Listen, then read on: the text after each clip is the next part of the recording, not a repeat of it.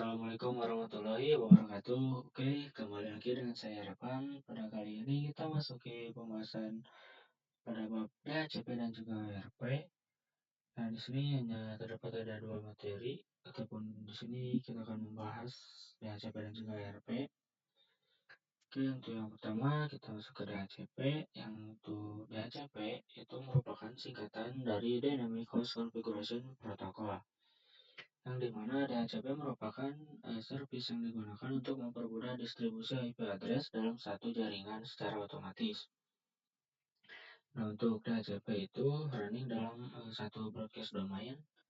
Jadi misalnya kalau IP versi 4 di library time itu ada jenis-jenis pengiriman IP address. Nah, itu kan ada 3, ada unicast, multicast, dan juga broadcast. Nah, kalau misalkan broadcast itu seperti apa? Jadi misalnya di sini kita bisa lihat di sini terdapat satu switch lagi, yang dimana switchnya itu memiliki jaringan LAN-nya tersendiri. Nah, yang dimaksud dengan broadcast domain itu apa?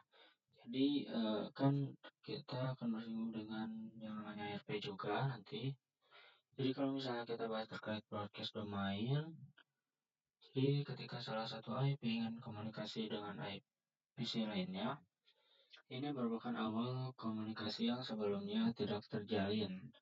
Maka si switch-nya akan misalkan di vendor Cisco itu dia akan melakukan broadcast ke semua IP yang ada. Jadi ibaratnya ketika PC ingin mengirimkan paket ICMP kepada PC 2, sebelum itu PC 1 mengirimkan ARP kepada router. Dan dari router itu akan mengirimkan yang namanya broadcast ARP ke broadcast domain yang ada. Jadi broadcast domain itu ibaratnya adalah cakupan LAN. Nah, jadi seperti itu. Untuk bisa ketahui dari istilah broadcast domain. Untuk langkah selanjutnya kita bisa mengetahui terdapat tiga jenis atau tipe pada DHCP ya. Seperti ini. Jadi ada DHCP server, client, dan juga relay. Nah, di sini teman-teman bisa lihat untuk definisinya. Jadi misalkan untuk DHCP server itu sebagai penyedia layanan IP. Apa yang dimaksud dengan penyedia layanan IP? Berarti dia itu berfungsi untuk memberikan IP address sementara kepada DHCP client. Dan untuk DHCP client itu berfungsi untuk menerima IP yang diberikan oleh si server. Jadi dan untuk DHCP client itu berfungsi untuk menerima oleh si server, dan untuk relay ini kita baru mengenalnya, dan pada kali ini kita sebagai penerus layanan dari server ke klien. Jadi maksudnya seperti ini. Misalnya teman-teman ada dua router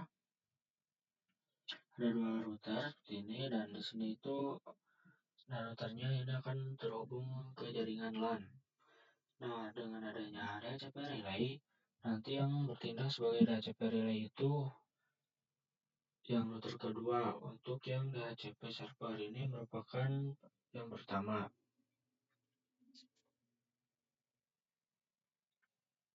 Nah, untuk share IP address tapi yang berfungsi untuk nge-sharing ke kliennya itu DHCP relay-nya. Jadi dia itu sebagai penerus layanan IP dari DHCP server. Jadi seperti itu untuk gambarannya. Dan untuk cara kerja DHCP seperti yang kita singgung sebelumnya ya. Untuk cara kerja DHCP itu yaitu DORA.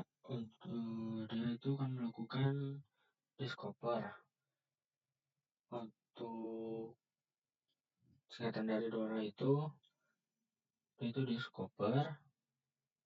Jadi dia akan melakukan discover, terus A-nya itu offer, dan terus R-nya itu request, dan A-nya itu ACK. Jadi kalau misalkan kita lihat lebih dekat di sini, cara kerja DHCP itu bisa kita sebut dengan istilah DORA. Nah, jadi ketika suatu PC ingin merequest ada satu PC ada ketika suatu PC ingin merequest ada satu dua PC yang bertindak sebagai DHCP client, terus dia request IP dari si DHCP server.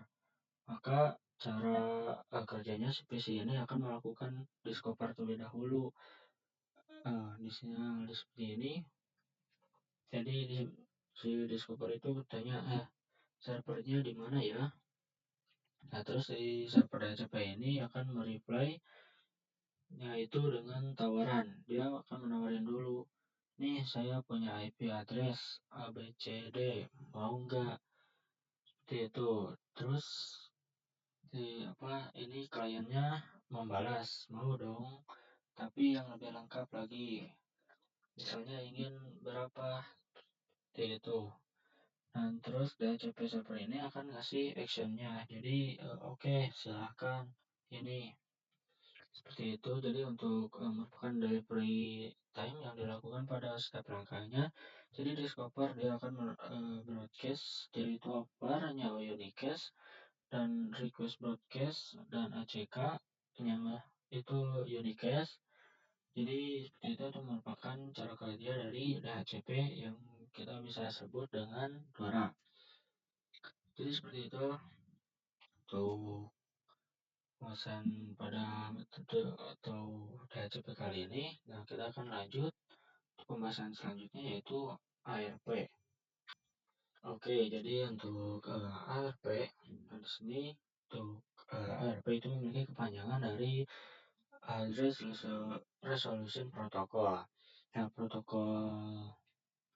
Nah, ini tuh digunakan untuk mapping IP address dengan MAC address. Jadi kalau misalkan kita coba implementasikan pada topologi mikrotik, kita coba di sini. Nah, jadi kalau misalkan di sini secara kerja ARP itu misalnya seperti ini. Ada PC3 ingin melakukan koneksi internet, maka nanti ARP-nya akan dicatat oleh router. Jadi ARP itu akan dicatat di bagian ARP table, di mana ARP itu dicatat ketika ada suatu paket yang masuk ke router, baik itu lewat Ether 2 ataupun keluar dari Ether 1. Jadi ARP itu kan dicatat ketika ada suatu paket masuk ke router ataupun keluar dari router. Nah, seperti itu. Jadi kalau misalkan di sini kita coba ping dari PPC5 ini ke google.com ataupun ping 88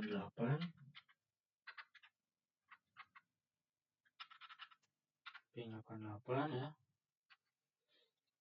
Nah, jadi kalau misalkan ini router cable, saya enter sebentar. Jadi kalau misalkan di sini ya perlu kita suka IP ke winbox PKRP. Di sini ada dua yang udah dicatat sebelumnya dan ini saya nyoba-nyoba juga. Nah, ini kan dari yang PPC5 belum ada. Jadi kalau misalkan kita cek PPC5 itu IP-nya berapa sih, kita coba lihat. So IP dia belum memasuki IP-nya, berarti sini ada yang kurang untuk konfigurasinya. Nah, oke, di sini untuk PC5 dia mendapatkan IP-nya itu adalah 88.250.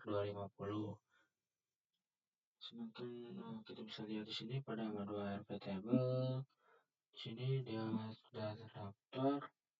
Dan di sini di sini semua PC semua sudah ada. Nah, jadi jika di sini pada IP address dan juga MAC address-nya itu akan otomatis dicatat oleh ARP table-nya yang ada di router mikrotik kita. Nah, di sini udah tercatat ya 250. ping 88, kita enter dan kita Ctrl C.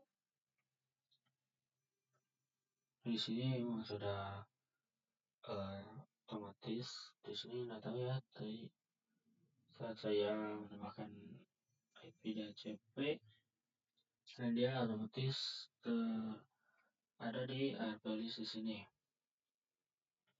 Jadi seperti itu. Nah, jadi ini sudah sesuai di IP address-nya. Di sini 250 dan di sini juga 250. Dan begitu pula untuk PC yang lainnya, ataupun misalnya router MikroTik sendiri. Misalnya kita di sini kita lihat adanya terminal. Oke saja, di sini kita coba ping. Di sini itu akan melakukan koneksi ke internet melalui Ether 1. Jadi kita ping 888, kita enter. Di sini dari reply.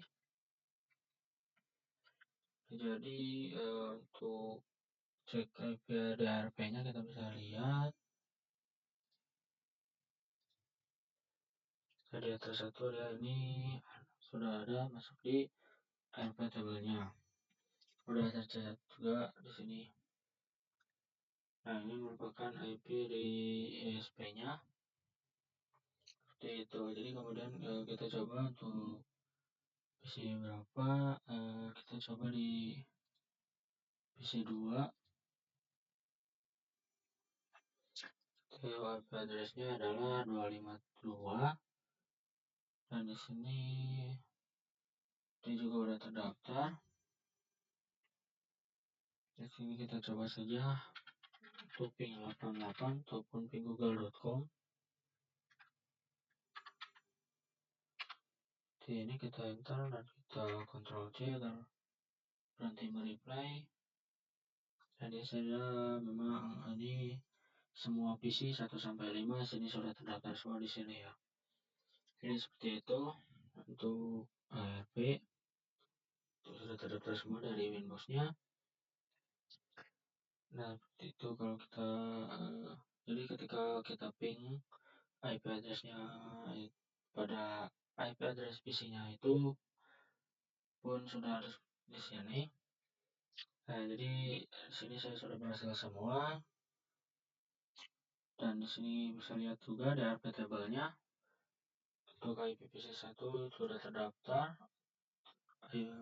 PC2, 3 dan juga sampai 5 itu juga sudah terdaftar di IP ARP tabelnya. Jadi istilahnya mappingnya udah selesai. Jadi di PC1 udah ada informasi dari ARP dan PC2 juga ada informasi dari ARP, jadi seperti itu saja. Jadi seperti itu untuk penjelasan ARP. Jadi saat kita mapping ke google.com ataupun 88, di sini pada ARP tabelnya dia otomatis masuk ke sini.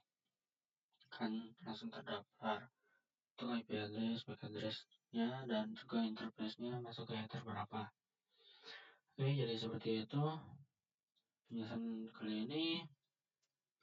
Jadi mungkin cukup sekian dari saya. Yang mohon maaf bila ada kesalahan atau kekurangan kata dari saya. Cukup sekian. Wassalamualaikum warahmatullahi wabarakatuh.